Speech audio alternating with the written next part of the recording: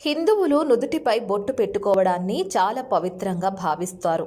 విష్ణు భక్తులు చందనం, శివ భక్తుల విభూది, దేవి భక్తులు సింధూరం ధరిస్తారు. అయితే చాలా మంది నుదుటి రెండు కనుబొమ్మల మధ్య ఉంగరం వేలుతో బొట్టు పెట్టుకుంటారు. అయితే ఉంగరం వేలు కాకుండా మిగతా వేళ్లతో బొట్టు పెట్టుకుంటే ఏమవుతుందో తెలుసుకుందాం. హిందూ సంప్రదాయాలు మరియు పురాణాల ప్రకారం మధ్యవేలు శనిస్థానం.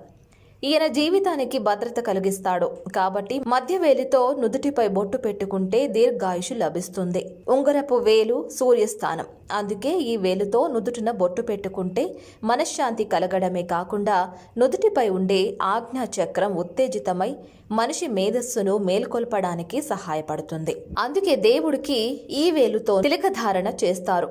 హిందూ సంప్రదాయాలు మరియు పురాణాల ప్రకారం బొటన వేలు శుక్రస్థానం. గ్రహం ఆరోగ్యం ప్రసాదిస్తుంది కాబట్టి బొటనవేలుతో పొట్టు పెట్టుకుంటే ఆరోగ్యం, శక్తి కలుగుతాయి. చూపుడు వేలు బృహస్పతి స్థానం. అమరత్వాన్ని కలిగించేది బృహస్పతి గ్రహం. మరణించిన వారికి మాత్రం ఈ వేలుతో తిలకం దిద్దితే మోక్షం ప్రాప్తిస్తుంది. అందుకే మిగతా సందర్భాలలో చూపుడు వేలుతో నుదుటిపై బొట్టు పెట్టడాన్ని అపవిత్రంగా భావిస్తారు. అంతేకాక చూపుడు వేలుతో ఏ పని చేయడానికి కూడా ఇష్టపడరు. మానవ శరీరంలోని మొత్తం 13 ప్రదేశాలలో తిలకధారణ చేయవచ్చు, కానీ నుదుటిపై బొట్టు పెట్టుకోవడమే అత్యంత పవిత్రంగా భావిస్తారు. ఈ వీడియో కానీ మీకు నచ్చినట్లయితే లైక్, కామెంట్, షేర్ చేయండి. మరిన్ని అప్డేట్స్ కోసం సబ్స్క్రైబ్ చేయండి.